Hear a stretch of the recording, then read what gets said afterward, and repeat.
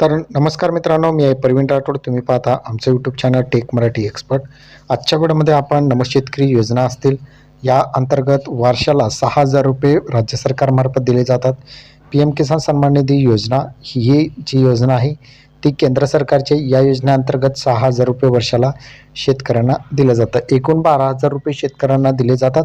पण जर तुम्हाला 12,000 रुपये मिळत नसतील वर्षाला, तर तुम्हाला 31 मार्चपर्यंत तुम्हाला एक गोष्ट करायची, ती म्हणजे KYC.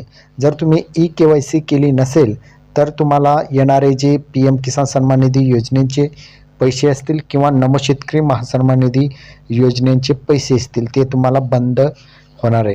त्यामुळे जास्तीत जास्त शेतकऱ्यांनी या ठिकाणी KYC करा.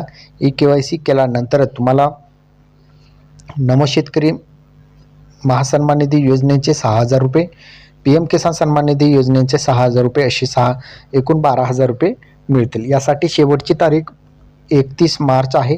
त्यामुळे 31 मार्चच्या अगोदर तुम्हाला जे आहेत KYC करून घ्यायचे. जर KYC केली नाही तर तुम्हाला पुढील हप्ते येण्यास बंद होईल. हा व्हिडिओ तुम्हाला कसा वाटला कमेंटमध्ये सांगायचं विसरू नका. चॅनलवर नवीन असाल चॅनलला सबस्क्राईब करून साईडच्या नोटिफिकेशन बेलला प्रेस करा. इथेच थांबूया. जय हिंद, जय महाराष्ट्र.